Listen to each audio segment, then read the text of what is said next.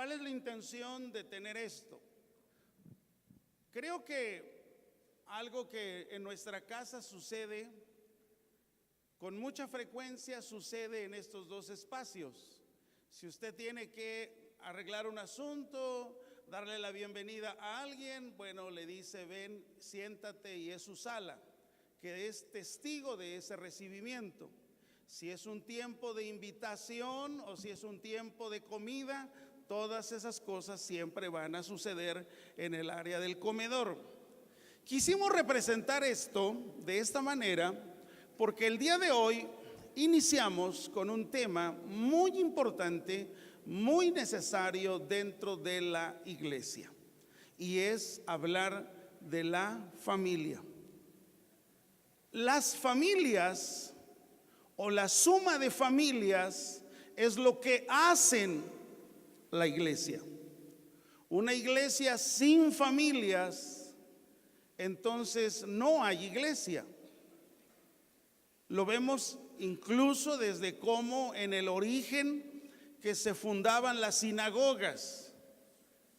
Las sinagogas se fundaban si había 10 jefes de familia, 10 hombres que estuvieran en una necesidad, en una urgencia de enseñar a la familia.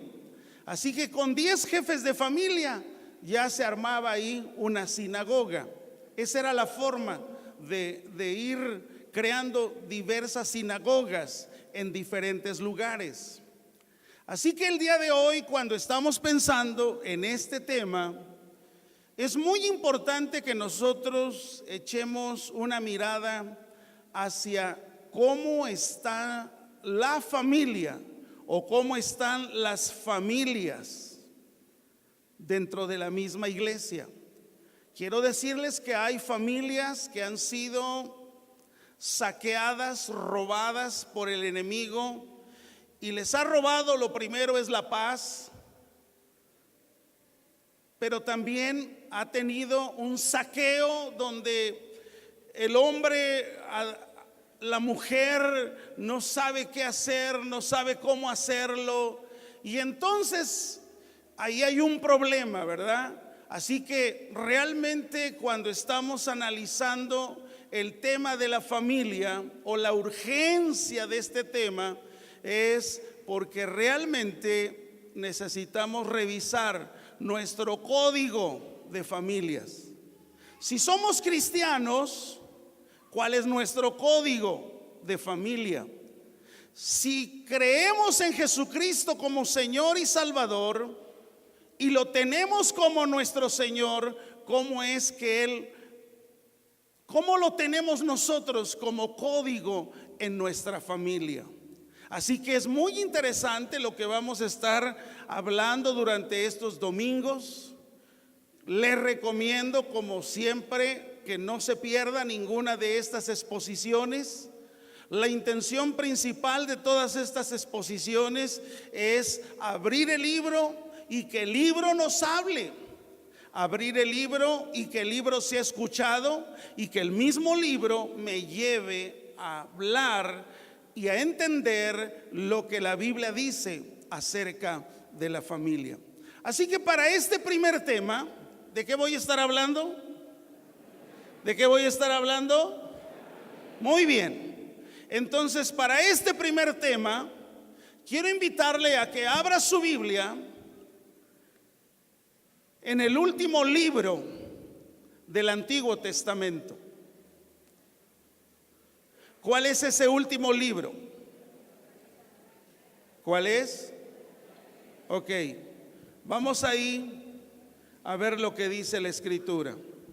Malaquías capítulo 4.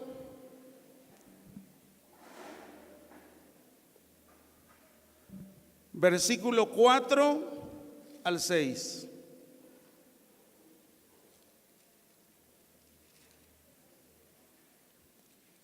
¿Ya lo tiene? Muy bien. Diga sí si lo tiene. Correcto. Versículo 4. Fíjese cómo dice: acordaos de la ley de Moisés, mi siervo, al cual encargué en Horeb ordenanzas y leyes para todo Israel. He aquí, yo os envío el profeta Elías, antes que venga el día de Jehová grande y terrible.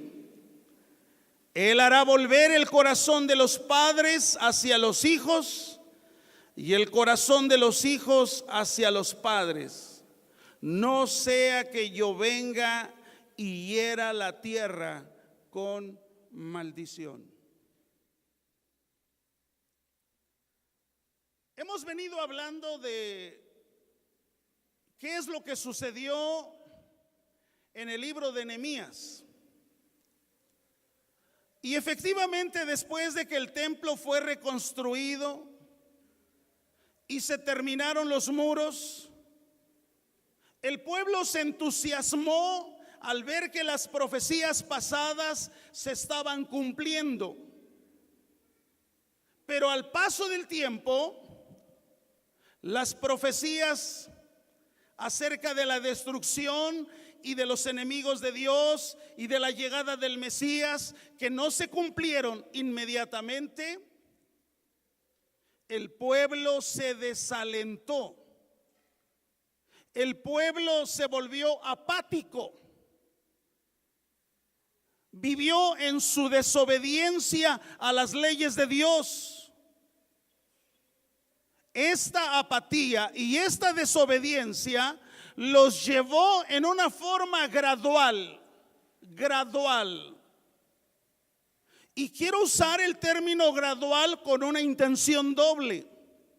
No nos damos cuenta en qué momento nos desviamos del camino. Es algo gradual. No nos damos cuenta en qué momento perdimos el entusiasmo por lo que hacíamos o por lo que practicábamos, hablando de la Biblia, hablando de la lectura, hablando de la oración.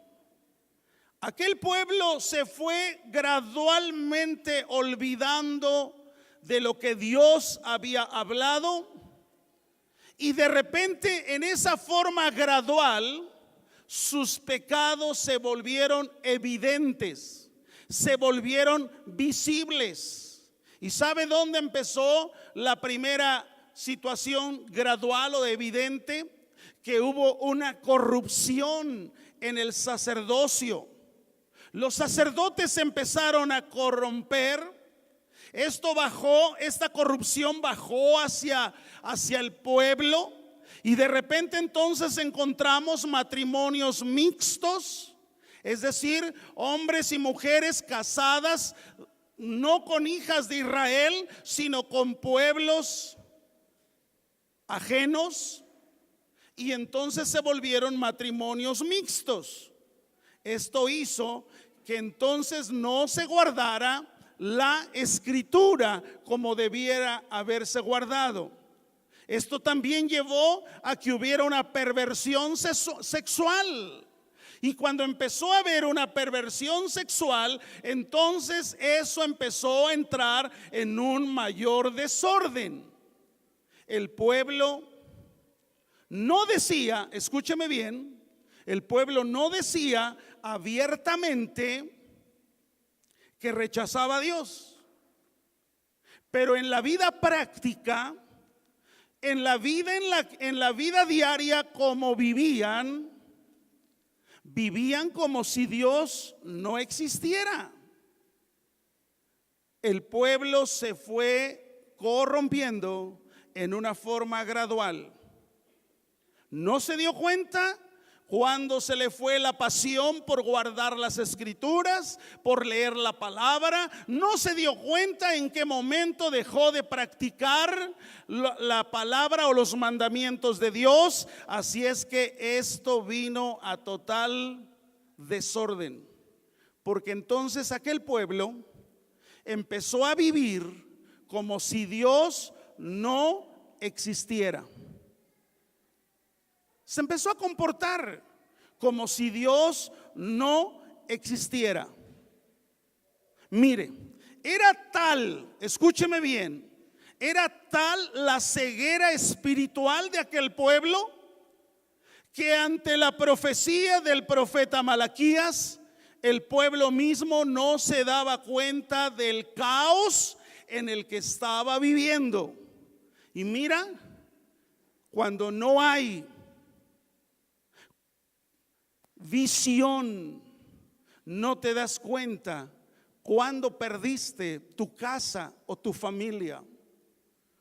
Cuando no hay visión, no te das cuenta en qué momento el corazón de tus hijos se alejó de tu corazón.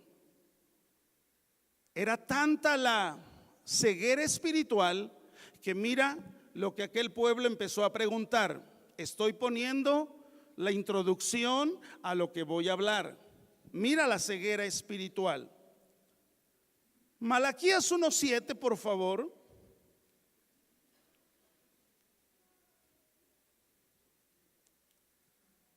Fíjate lo que dice ahí. ¿En qué te hemos deshonrado? ¿Por qué la pregunta, amados? Esa era algo que había venido del pueblo. ¿En qué te hemos deshonrado? ¿No se habían dado cuenta? O sea, llegamos a tener prácticas en el hogar tan cotidianas. Se nos hace tan fácil practicar cosas equivocadas que no nos damos cuenta en qué momento estamos deshonrando a Dios. Entonces el pueblo dijo: ¿en qué te hemos deshonrado? Pero no solo eso. Vaya ahí a Malaquías 2:17.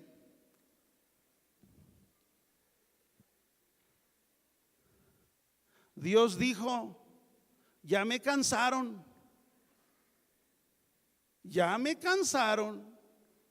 ¿Y qué dijo el pueblo? ¿En qué le hemos cansado? ¿Qué nos estás cargando? Fíjate la ironía del pueblo. ¿En qué te hemos cansado?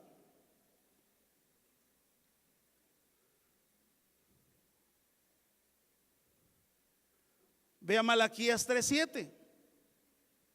Otra pregunta. Y el pueblo le dice ahí: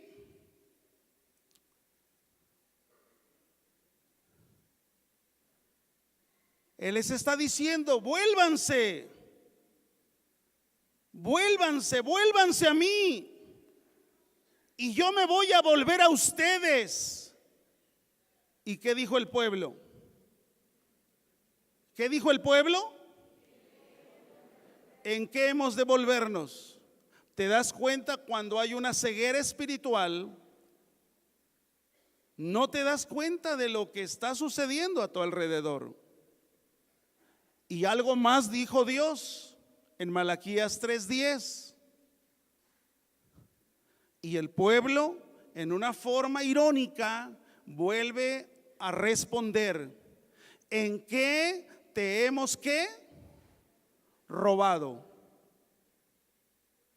Había una ceguera espiritual del tamaño que no les permitía reconocer en dónde habían deshonrado a Dios, en dónde habían cansado a Dios, en dónde teníamos que volvernos y hasta en dónde hemos robado a Dios. Era tal la ceguera.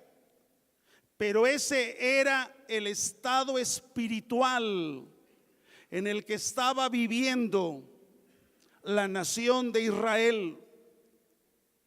Esa era la evidencia. Sus pecados se habían hecho más evidentes, más notorios. Había habido una depravación, una corrupción en el sacerdocio. Había habido una corrupción y depravación dentro del pueblo.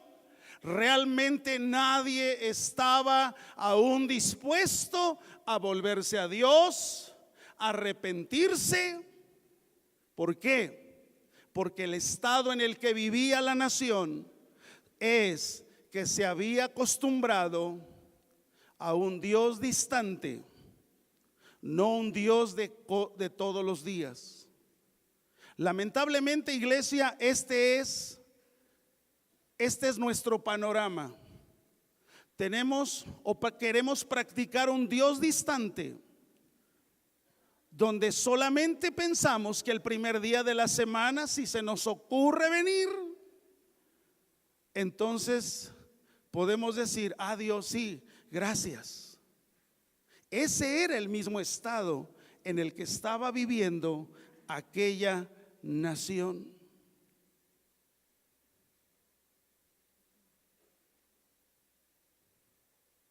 Y algo había sucedido. Fíjate desde cuándo se habían apartado. Versículo 7. Desde los días de vuestros padres os habéis apartado de mis leyes. Ellos, a quienes reconocían como padre: a Abraham, a Moisés,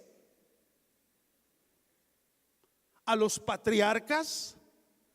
Ellos reconocían a ellos como padres. Sin embargo, dice ahí: desde los días de vuestros padres os habéis apartado de mis leyes. Y tan se han apartado que no las guardan, no se vuelven a mí. Y aún me dicen: ¿en qué hemos de volvernos? En el versículo 8. Así que para Malaquías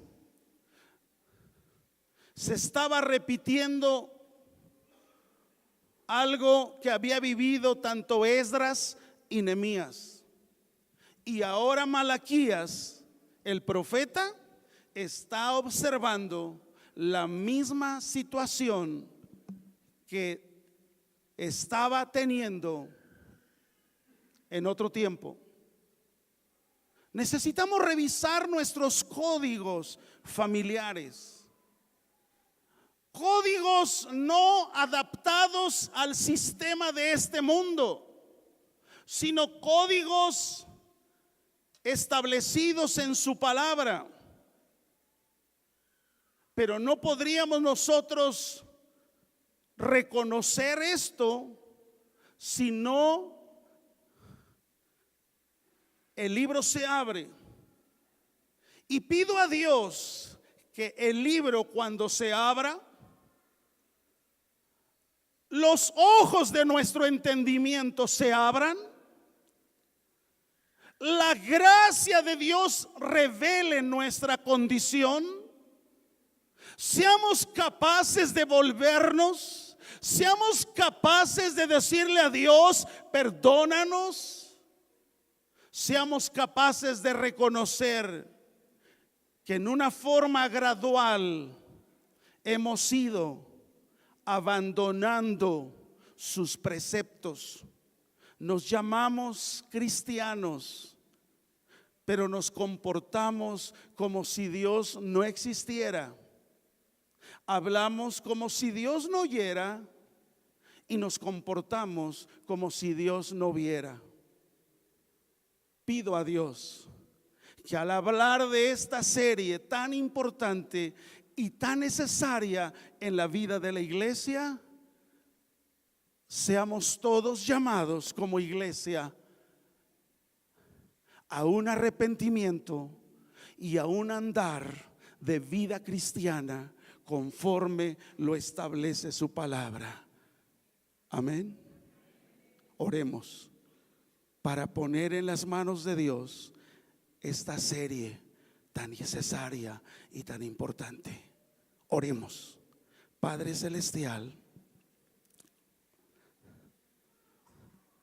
nos presentamos delante de ti con temor y temblor y te pedimos, Padre, que tu gracia se revele a nuestras vidas. De tal manera, Padre, que cuando abramos tu palabra haya mayor gracia, haya mayor revelación. De tal manera, Padre, que cada uno de nosotros que formamos parte de una familia entendamos cuál es nuestro rol principal, cuál es la encomienda y la tarea que tú nos has puesto en nuestras manos. Ayúdanos, Señor, en el nombre que es sobre todo nombre. Amén, amén, amén. Creo que ahora entonces podemos pensar cuál es el tema que hoy vamos a tratar de desarrollar. Reedifica los cimientos de tu casa. Reedifica los cimientos de tu casa. Nadie va a hacer lo que tú tienes que hacer en tu casa, pero tampoco nadie va a hacer lo que yo tengo que hacer en mi casa. Y cuando hablamos de la casa, no nos referimos a los tabiques, a los materiales, a los muebles, sino nos referimos a lo que hace una casa. Los valores, los principios escriturales establecidos en su palabra que hacen una casa. Así que en esta mañana, cuando estamos pensando en reedificar, lo vemos en dos líneas. Algunos matrimonios que están iniciando en la carrera de matrimonio, seguramente su trabajo es edificar, porque están empezando. Pero algunos que tenemos hijos mayores, y si en algo la palabra nos está hablando, confrontando, entonces tenemos que reedificar. Porque quizás no hemos usado los materiales correctos, no hemos tomado las decisiones correctas. Entonces, el reedificar la casa será necesario volver a lo que Dios dijo en su palabra. Sabemos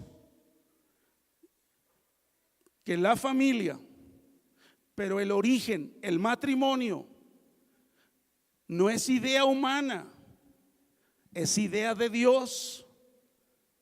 Y vemos a través de su palabra, desde el libro de Génesis, cómo Él lo creó, Él lo formó a la imagen y a su semejanza. Vemos también que a esa imagen y a esa semejanza, varón y hembra los creó. Ese es el origen, ese es el principio. Al pasar el tiempo, ese origen se distorsionó y hoy lo vemos en diferentes formatos que más adelante hablaremos. Pero lo más importante es la expresión que levanta el escritor al libro de los Hebreos en el capítulo 13, versículo 4, cuando dice: honroso sea en todos el matrimonio. Así que tener una familia es un honor que Dios nos ha dado. Tener un matrimonio es una idea de Dios que nos conviene honrar en todo momento.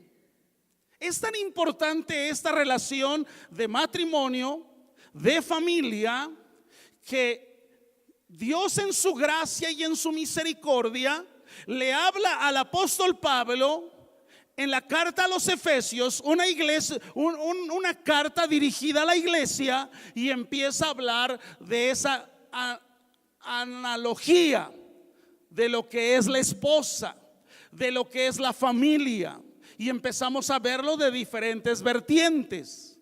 Pero el día de hoy vamos a detenernos en reedificar los cimientos de nuestro hogar. ¿Cómo reedificamos ese hogar? ¿Cómo lo hacemos? Señor, necesito tu sabiduría.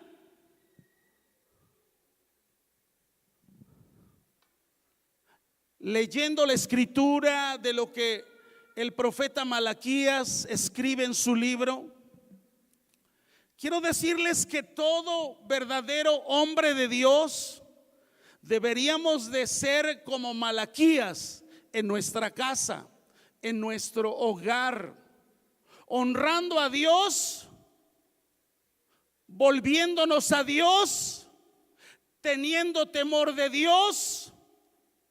Y es ahí donde muchos tenemos que usar el término reedificar los cimientos. Otros que están iniciando la carrera, gracias a Dios que están oyendo el consejo a tiempo. Sus hijos son pequeños y están a tiempo de edificar. Pero no podemos ser omisos ante lo que está sucediendo en el plano social. En el plano social hay una estrategia para que estos cimientos que Dios estableció en su palabra se vuelvan nada. Los que saben de construcción saben que los cimientos tienen concreto, tienen varilla de diferentes grosores, pero la sociedad ahora quiere construir hogares sin cimientos y casi con arena, para que sea más rápido disolver ese hogar. No hay compromiso. Hay una lejanía de ese plan original de lo que Dios dijo acerca del matrimonio. ¿Cómo lo hacemos? Los que ya estamos en el tema de una familia, los que ya tenemos la responsabilidad como hombres, como esposas de una familia, ¿cómo lo hacemos? ¿Cómo lo hacemos? Si cada día el espíritu del anticristo se manifiesta en las diferentes esferas de la sociedad. No hay una sola área de la sociedad que el anticristo no haya distorsionado para presentarlo de una mejor manera según la sociedad. No tiene más que media semana en la Ciudad de México se hizo una reunión donde en los años 30 nos cuentan los abuelos o los bisabuelos que ese lugar de la Alameda Central era un lugar de familias, era un lugar donde podías hacer lo que tú quisieras en ese espacio porque era un lugar de familias, respetable. Sin embargo, la semana pasada fue una manifestación pública y por qué no decirlo mundial, porque ya adquirieron el día, el tiempo, el día de celebración, el grupo LGBT. Al principio, amados, solamente era LG, lesbianas y gay. Pero resulta que empezaron a darse cuenta que no solamente había lesbianas, había gays, sino había bisexuales y había transexuales. Así que de esa manera empezaron a unir otras siglas. Es así que en este momento no sé en qué letra vayan, pero solamente me quedo en las primeras 4. LGTB, lésbico, gay, bisexuales, transexuales. Y ha habido una total distorsión. ¿Y qué es lo que está diciéndole la sociedad? El espíritu del anticristo que mueve esa sociedad, que esta es la nueva familia. Imagínate, el Código Civil de la Ciudad de México, cuando menos tiene una docena diferente de ver familias. Una mujer puede armar una familia con su mascota, con su perro, con su gato, casarse, heredarle, y cuánta distorsión mental. 12 maneras diferentes de ver la familia en el Código Civil de la Ciudad de México. Y eso viene como una ola, como un arremedo.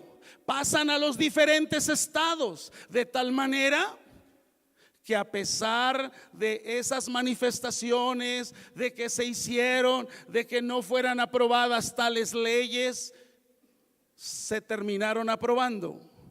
Dios no escuchó la oración de los que le hicieron. Yo no oré, no me juzgue. ¿Por qué no oré?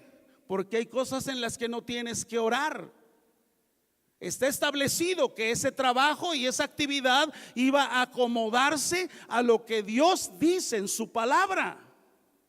Así que a pesar de que hayan habido marchas y no sé qué, para que no se autorice, todo eso es una forma ya de establecer el sistema del anticristo. Que Dios nos dé la gracia, hermanos, para que después de que terminemos de hablar de esta serie de familia, podamos meternos un poco o un mucho a hablar de las señales del tiempo del fin. ¿Por qué? Porque la iglesia tenemos que estar no informada, sino expectante a lo que Dios dice en su palabra. Así que imagínate, ante esta modalidad surge ahora la pregunta: ¿cómo lo hago, pastor? ¿Cómo lo hago? ¿Qué le vas a responder a tu hijo o a tu hija cuando en una plaza comercial: papá, ¿por qué se besan esos dos hombres? Papá, mamá, ¿por qué se besan esas dos mujeres? ¿Por qué van de la mano? Tiempos difíciles, donde lo que Dios estableció está siendo agredido con las peores estrategias del enemigo. ¿Está escriturado en su palabra? Sí. ¿El tiempo del fin se acerca? Sí. Así que vayamos cómo reedificar los cimientos de nuestro hogar. Vamos al versículo 4. Ahí está la primera situación. Versículo 4 de Malaquías. Vamos a leer el versículo y después me ayudan poniendo la imagen.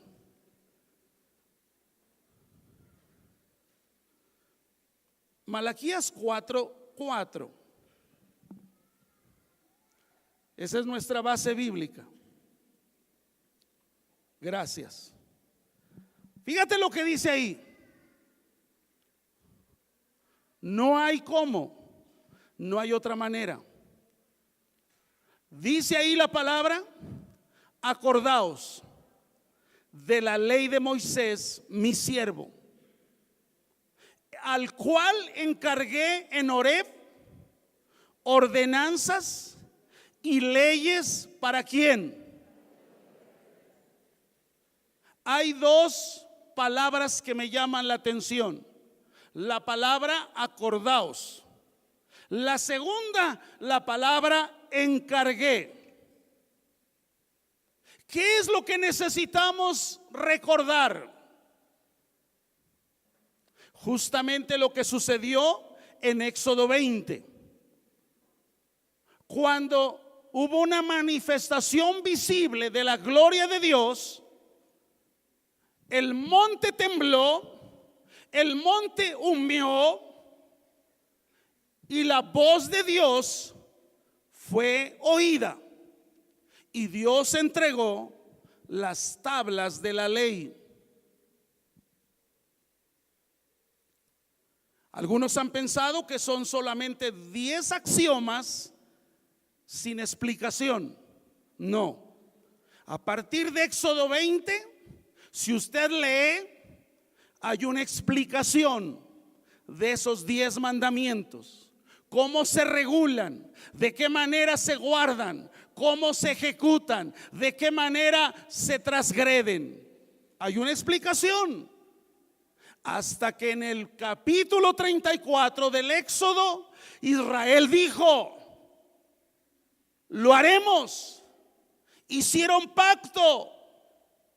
Sí, sí lo vamos a cumplir, Dios. Sin embargo, en el corazón de Israel había pecaminosidad, y esa pecaminosidad le alejó de Dios. Se fue diluyendo el compromiso, la pasión, la búsqueda. Así pasa en nuestras vidas personales. Se diluye, se diluye. Se ve cada día con menos urgencia. Entonces lo primero que necesitamos hacer, iglesia, es acordaos. Pasaron 40 años. Aquella generación se había muerto. Dios le enseñó en Éxodo 20 a esa generación, pero ahora le tocaba a Israel, a Moisés enseñarla a Israel. Y la enseña Moisés a Israel en el libro de Deuteronomio. A partir del capítulo 6 empieza a enseñar en qué consiste esa ley de Dios, y la vuelve a leer, a explicar y a aplicar. Eso es lo que constantemente tenemos que hacer como hombres, como cabezas de una casa. Si esa no es nuestra tarea, entonces ¿cuál es?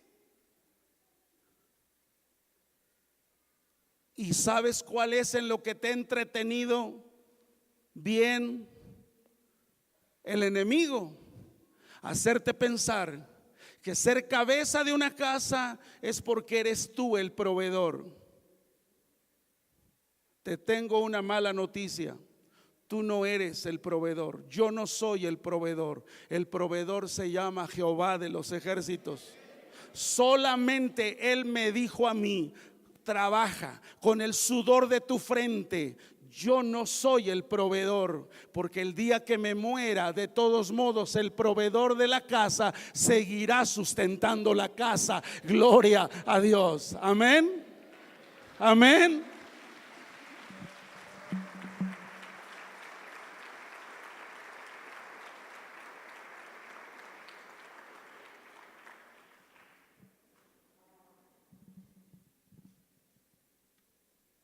Acordaos, acordaos. De acuerdo a lo que acabamos de leer, acordaos de la ley de Moisés, mi siervo, al cual encargué en Horeb ordenanzas y leyes para todo Israel. Aquí está el primer encargo que Él nos hizo, y que es ahí donde necesitamos urgentemente reedificar nuestra casa. No lo hacen los muebles, sino lo hace lo mejor de lo mejor, y lo mejor está en su palabra. Amén. Esa es la mejor lámpara de tu hogar, la palabra. Acordaos. Ahora, el gran problema es que cuando nosotros pensamos en acordaos, guardaos, de repente nos metemos en un sistema religioso, y entonces empezamos a ver la Biblia como un amuleto, de tal manera que la tenemos, la Biblia, abierta en el comedor. Nadie la lee. Se está polveando. No, nadie la ve. Todo mundo anda en sus rollos de la familia. Si van a comer y ese día llegaron más invitados, lo único que hacen es con permiso, quitan el amuleto y después terminó la comida, vuelven a poner el amuleto. Algunos han visto la Biblia como un amuleto y han puesto una Biblia supuestamente en la mano de cada uno de sus hijos. Así que se la ponen en el buró de su recámara. Yo vengo de una generación donde incluso el papá o la mamá llegaba con Biblia en mano y decía al pastor: pastor, quiero que ore por esta Biblia. Se la voy a regalar a este atarantado, a ver si así cambia.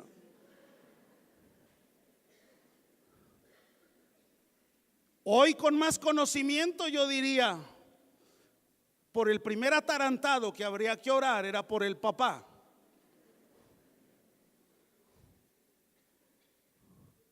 Pero así nos fuimos. Entonces le poníamos en las manos a nuestro hijo en el buró y hasta le poníamos ahí alguna cuestión.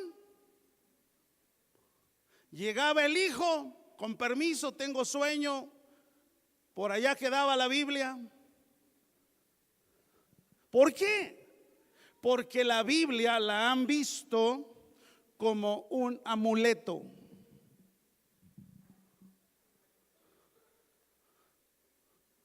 Tú trabajas en una labor de taxi, cualquiera que sea la modalidad, Uber u otra cosa, imagínate, ahí en el tablero, para que me vaya bien, Dios, o en la guantera.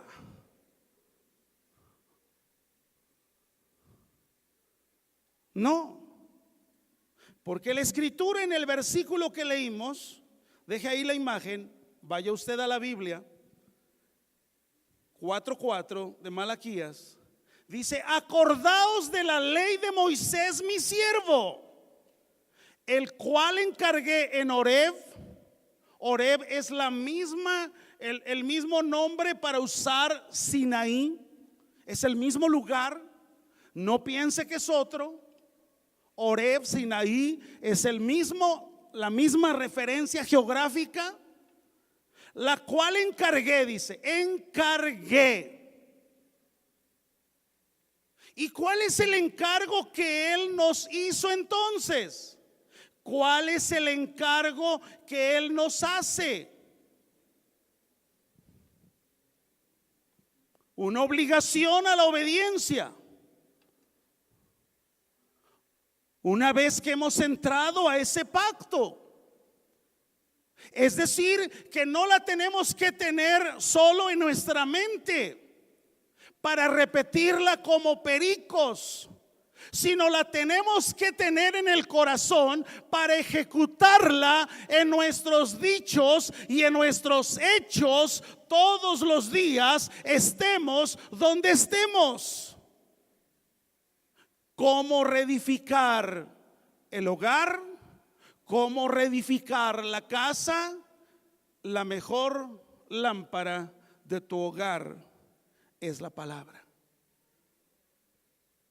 Dice aquí, acordaos. Dice aquí, encargué. Un encargo es una responsabilidad. Así que me tengo que olvidar de que la Biblia es un amuleto. Yo tengo que ser la Biblia para mi familia. Ellos tienen que ver en mí como cabeza de la casa que exactamente estoy luchando con el pecado y lo estoy mortificando y tengo que estar en una lucha interna, pero en esa lucha interna ellos deben de ver la familia, la esposa, los hijos, que me estoy esmerando, esforzando por darles un evangelio no predicado, sino un evangelio que sirva para sus vidas cotidianas. Ese es el problema.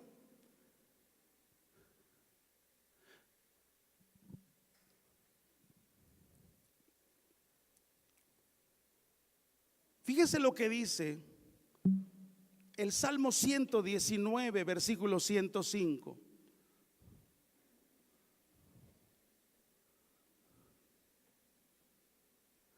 Lámpara es a mis pies tu palabra. ¿Por qué la Biblia dice lámpara es a mis pies? ¿Por qué no dice la Biblia lámpara es a mi entendimiento? Lámpara es a otra cosa de mi cuerpo. ¿Por qué la Biblia no dice lámpara es a mis manos? ¿Por qué la Biblia dice lámpara es a mis ojos? ¿Por qué dice la Biblia lámpara es a mis pies tu palabra? Precisamente porque en el diario andar, si la lámpara no está prendida, puedo tropezar. Así que en esta primera enseñanza es volver al libro, abrir el libro y practicar la oración como herramientas de gracia para mi vida personal y también para mi vida familiar. Lámpara es a mis pies tu palabra. Algunos padres no somos lámpara para nuestros hijos. No se refleja el testimonio, no se refleja lo que digo. Ya se acostumbraron a que vivamos en una situación hipócrita, donde ya sabemos cómo comportarnos en ciertos lugares. La Biblia dice lámpara es a mis pies tu palabra. No solo tengas una Biblia como un amuleto.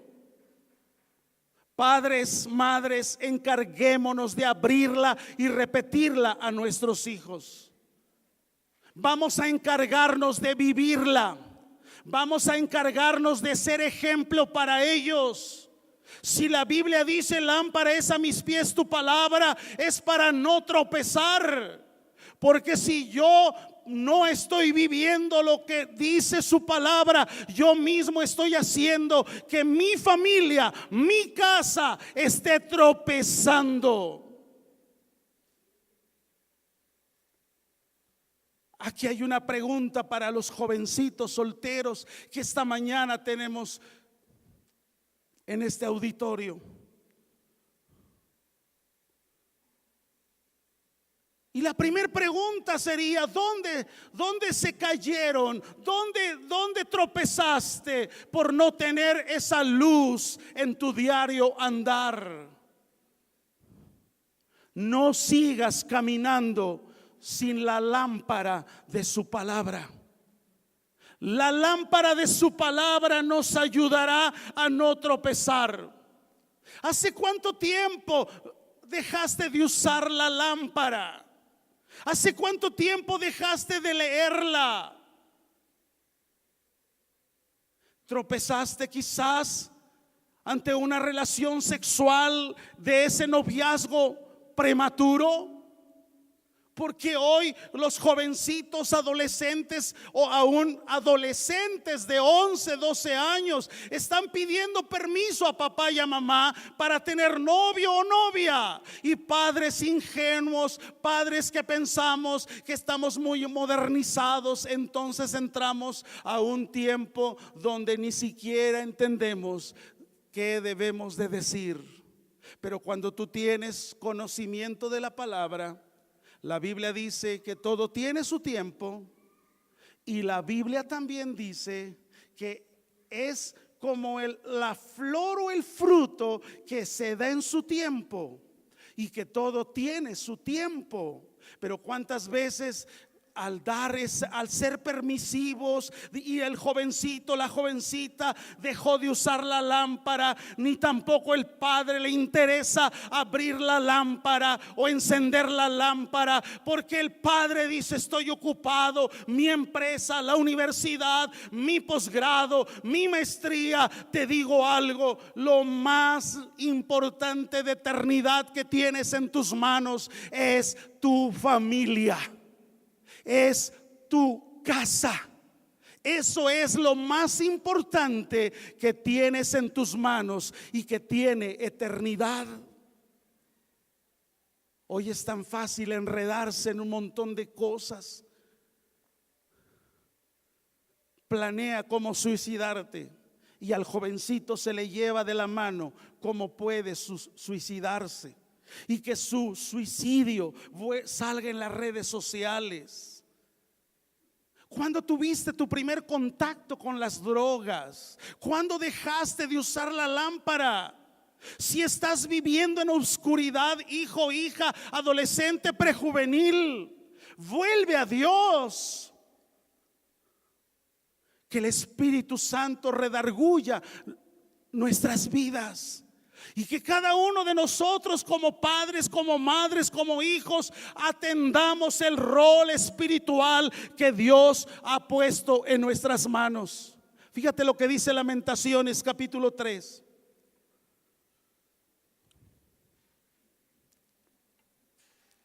Versículo 25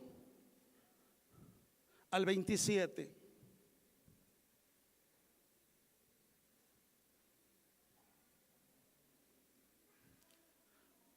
Bueno es Jehová a los que esperan en él, al alma que le busca.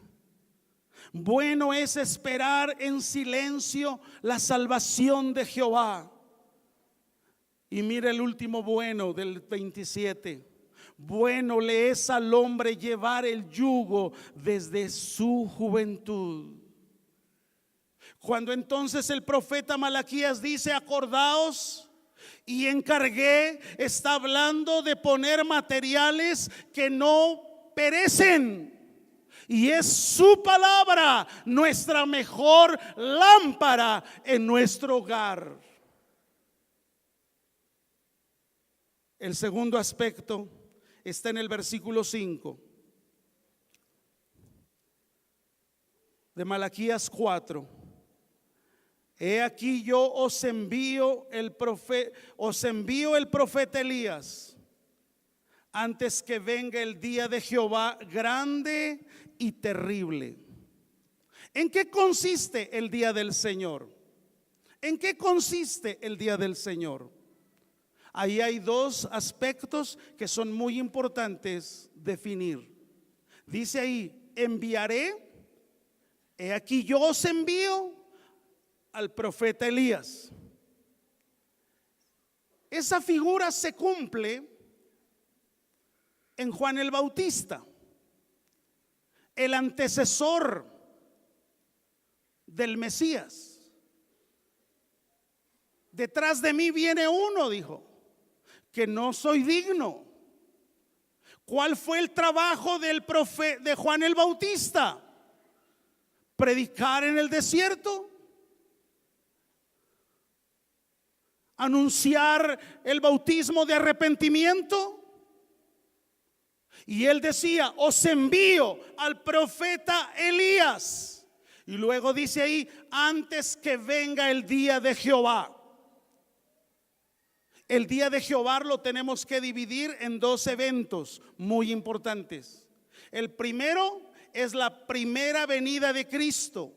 ¿Cuál fue la primera venida de Cristo? Cuando el Dios Todopoderoso, el todo sustentador de las cosas, dice: y aquel verbo se hizo carne y habitó entre nosotros.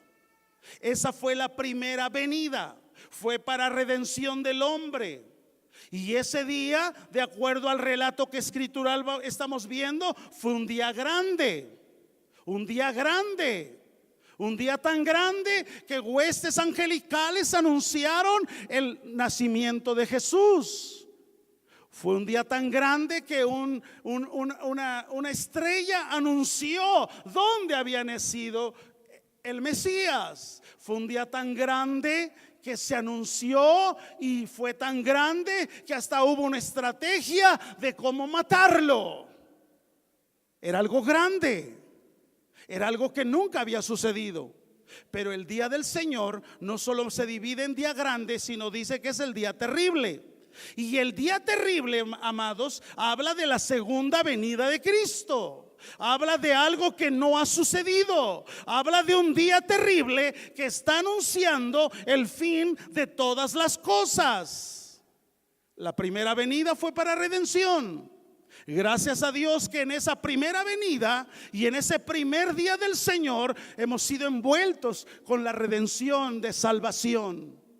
Pero le digo algo, la segunda venida, lo que tiene que ver con el día terrible, es necesario estar preparados. ¿Por qué debemos estar preparados? Porque mire, el segundo aspecto del cual habla este versículo es que nuestro hogar terrenal no se compara con nuestro hogar celestial. Esa es la verdad. Por mucho que nos esmeremos, por mucho que trabajemos, por mucho que ganemos, por mucho que obtengamos, absolutamente nada nos vamos a llevar de este planeta Tierra. Y eso lo tenemos que tener claro.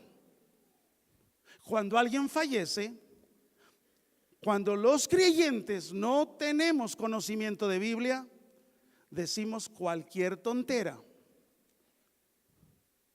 ¿Cómo cree usted que alguien que nunca fue creyente hoy esté pasando a la presencia de Dios y sea un tiempo mejor? Jamás, jamás.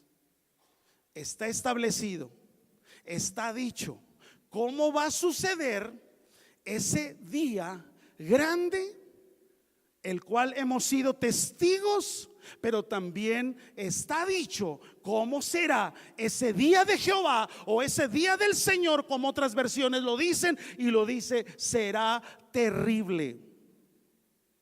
Así que gracias a Dios por el hogar terreno. Gracias a Dios por lo que el Señor nos permite hacer. Y mientras estamos en este planeta Tierra, tenemos que acordar de lo que Dios dijo ya en su palabra, pero también el encargo que Él nos hizo de hacer guardar su palabra, pero entendiendo que este hogar solamente es pasajero. Solo es un tiempo el que lo usamos, porque nuestro hogar terrenal nunca se va a comparar jamás con nuestro hogar celestial. Amén. Aunque usted no lo crea, y aunque usted piense que se va a hacer viejito y que usted va a ser, olvídelo. La venida del Señor está más cerca, dice la Escritura, que cuando creímos. Amén. ¿Lo cree? Dele un buen aplauso a Jesús.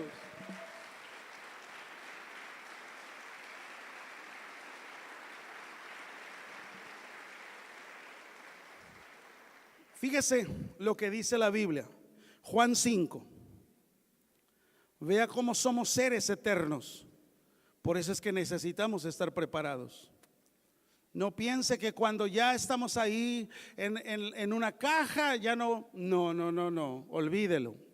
Fíjate lo que dice Juan 5, 28 y 29.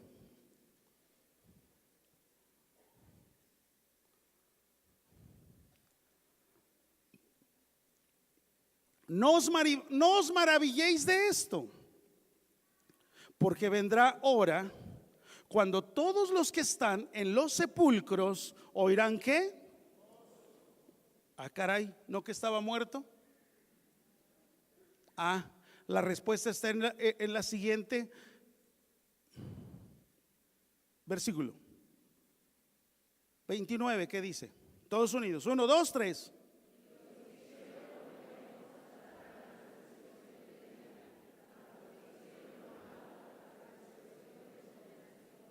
Lo crea o no lo crea, no lo entiendo, no me queda claro. Pues, ¿cómo te lo digo? Este tabernáculo terrestre es prestado y todos los días envejece. Y Pablo usa un término que atenta contra la vanidad de muchos hombres y mujeres. ¿Y sabe cuál es el término que usa Pablo? Se deshiciere. ¿Cómo? Si era tan joven, tan guapo, tan linda, wow, mira qué curvas, qué belleza. se deshiciere y se nos deshace delante de nosotros. Ah, caray, ya di el viejazo.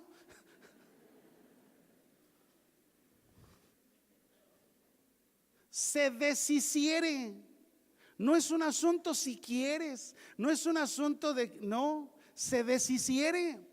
Porque dice la palabra, y los que hicieron lo bueno saldrán a resurrección de vida, mas los que hicieron lo malo a resurrección de condenación. Allí no está hablando de buenas obras, de malas obras, de ser altruista. No. Ahí está hablando de realmente vivir o no vivir en Cristo, de haber o no haber nacido el nuevo nacimiento, de no haber vivido el nuevo nacimiento. De eso está hablando, porque partimos ¿en dónde? ¿De dónde está hablando Juan 5? Desde Juan 3, cuando tiene la entrevista Jesús con Nicodemo y cómo lo enfrenta con su realidad, y Jesús empieza hablando de lo que vendría, de lo que sucedería. Así es que cuando Malaquías dice, antes que venga el día de Jehová grande y temible, acordaos, acuérdate.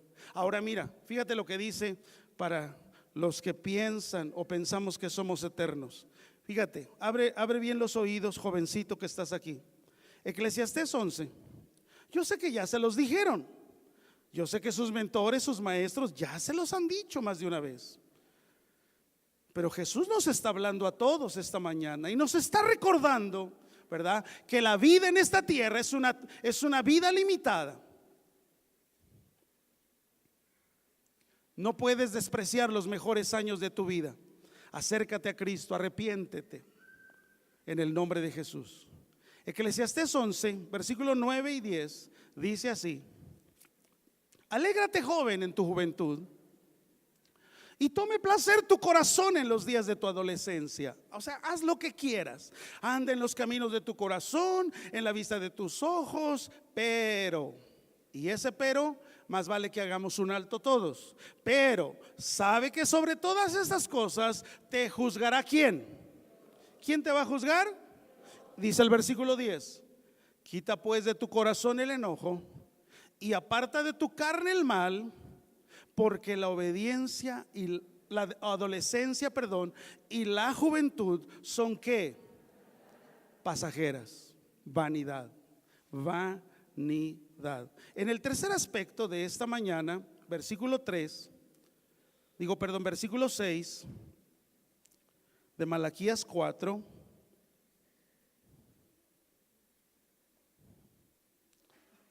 dice así: Él hará volver el corazón de los padres hacia los hijos y el corazón de los hijos hacia los padres.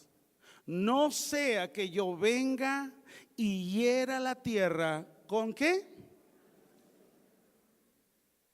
No sé si se imagine este evento, este hecho, pero con este versículo se cerró el Antiguo Testamento. Con este versículo, con este dolor en el corazón de Dios, se cerró el Antiguo Testamento. ¿Y sabe cuánto tiempo transcurrió después de este mensaje de Malaquías 4:6? Transcurrieron 400 años en los que Dios no volvió a hablar, en los que Dios no se volvió a comunicar con su pueblo. Cerró el libro, cansado estaba. Y el pueblo decía: ¿en qué te hemos cansado? Vuélvanse a mí. ¿En qué nos debemos de volver? Una ceguera espiritual, hermanos, que no es diferente la de hoy con la de aquellos días. Hoy hay tanto letargo espiritual que lo que hemos hecho del cristianismo es un asunto nominal religioso. Venimos, estamos, pero lo único que hacemos es para curar nuestras conciencias.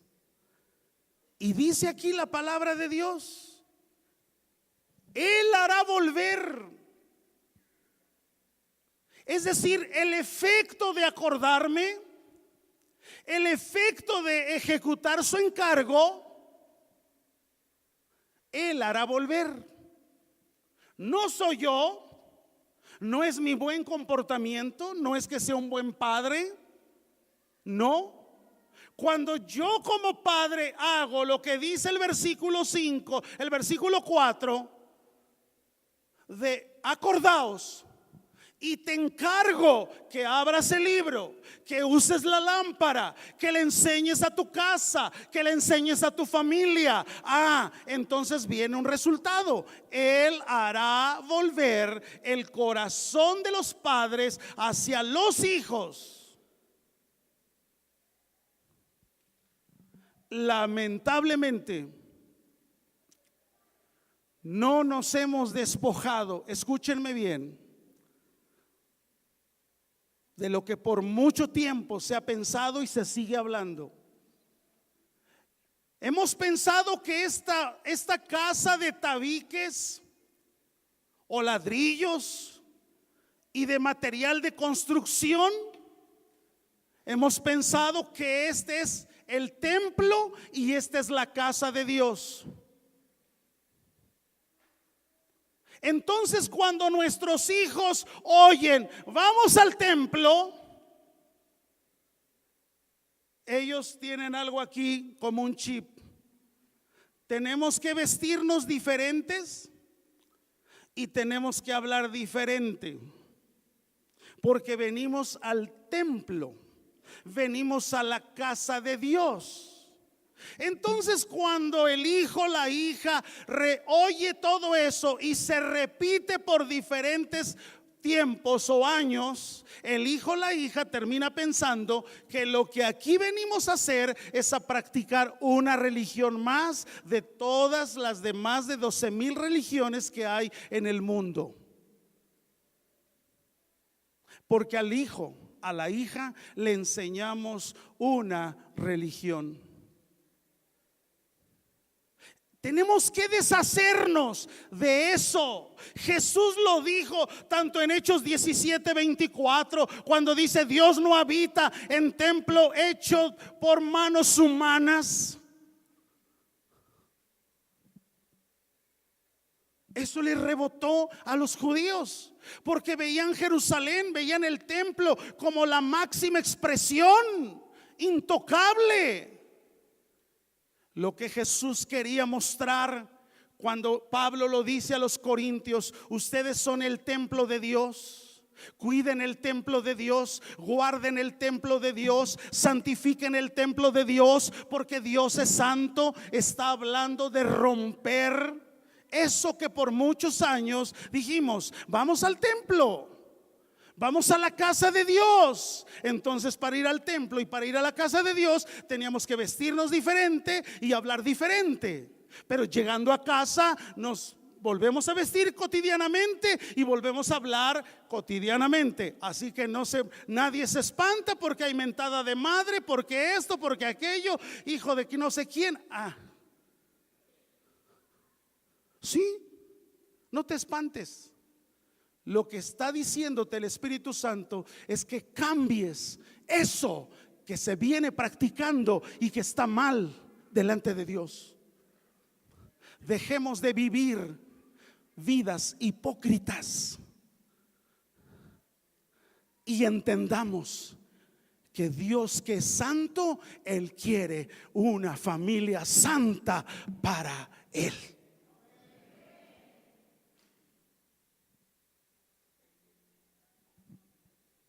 Hogares sin autoridad, sin reglas, cada quien hace lo que bien le parece.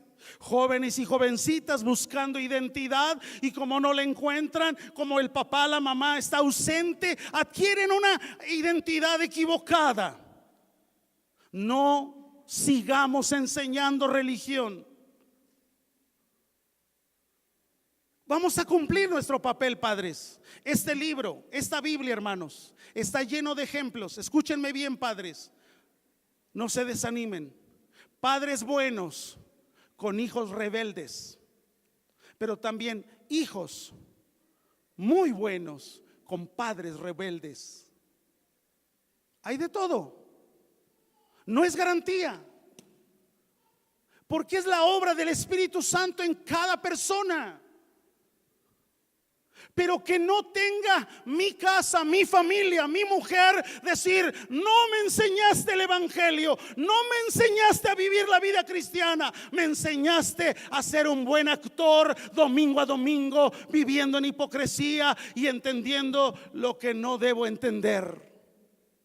Eso tiene que acabar, iglesia. No llamemos a las cosas por otro nombre. El gran problema de la iglesia es que no hay santidad en la iglesia. ¿Cómo va a haber santidad en la iglesia si no hay santidad en las familias? ¿Quién compone la iglesia? Las familias. Y si las familias no entendemos lo que significa santidad, imagínense el relajo que traemos a nivel iglesia. Fíjate cómo es una responsabilidad que necesitamos entender, padres. Y es aquí donde debemos de hacer un pacto, una alianza como padres y como iglesia. Amados, entiendan algo.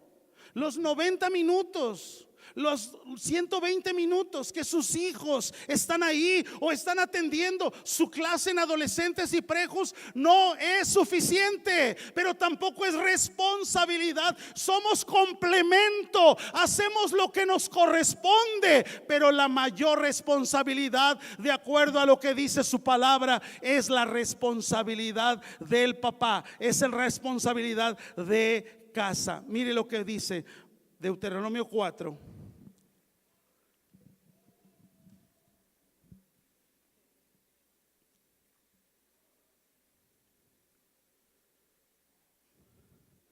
Versículo, vamos al 6, Deuteronomio 6, versículo 4 al 9.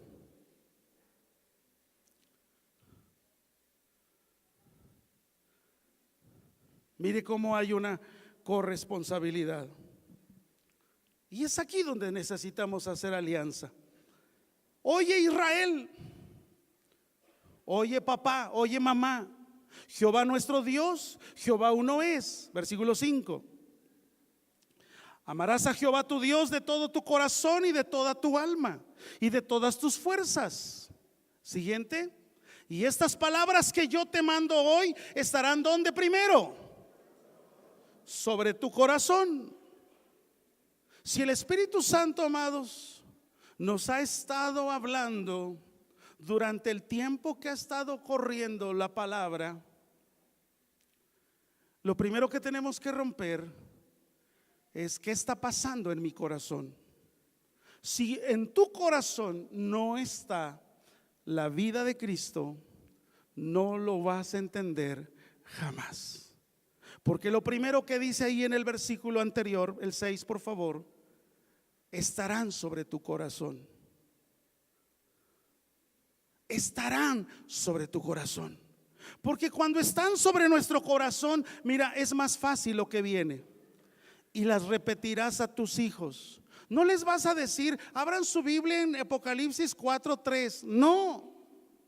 ¿Sabes cómo se las vas a repetir? Con tus acciones, con la forma en que los tratas, con la forma en que te acercas, con la forma en la que los tocas, con la forma en que les dices: sí podemos. No es imposible, Dios está con nosotros, Él suplirá, no estamos huérfanos, Él es nuestro Padre. Y cuando el hijo te oye constantemente decir eso, él entiende que tiene un mayor Padre que el que está presente en esa casa, sino un mayor Padre, y es el Padre celestial. Amén.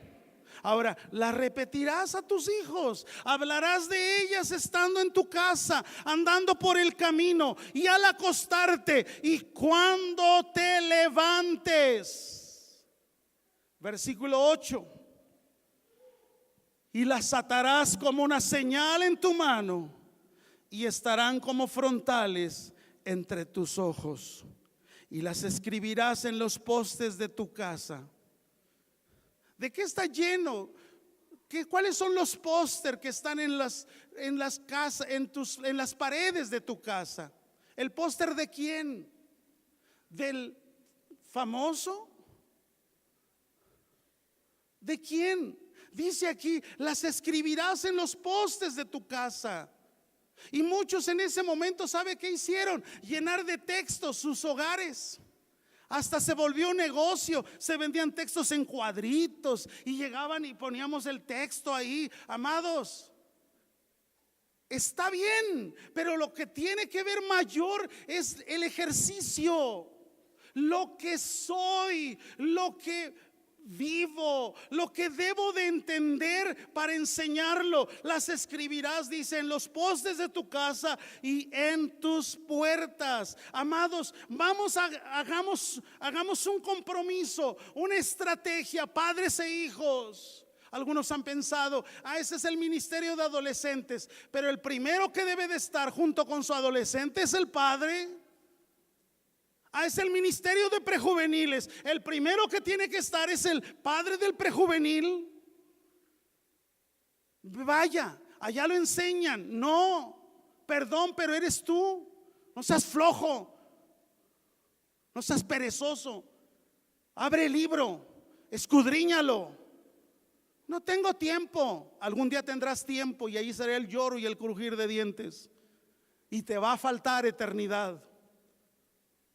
Pero no podrás decir, no me lo dijeron. Si como familias cristianas no estamos intencionalmente comprometidos en la palabra, y nosotros como padres estamos cómodamente descansando en que alguien más lo haga, en que alguien más lo enseñe, en que alguien más lea la Biblia con mi hijo, te digo algo. Tú vas a ver una generación en tu propia casa, una generación débil en su fe. ¿Cómo amén? Hasta para decir amén hay que aprender.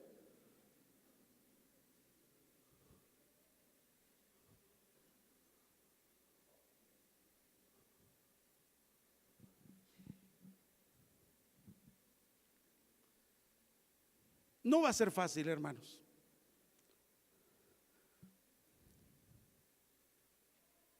Pero hay algo que queremos implementar en paralelo a esta serie de la familia. ¿Sabe qué es lo que queremos implementar?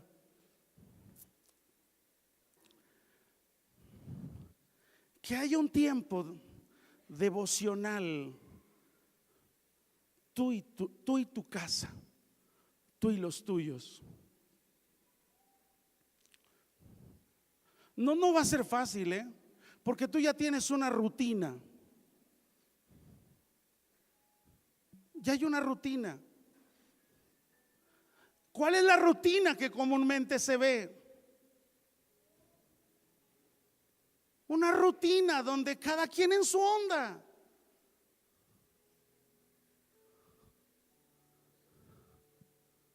Le quiero ejemplificar esto. Que Dios me ayude.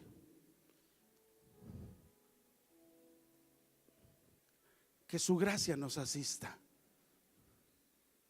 Quiero invitar a mis hijas y a mi esposa.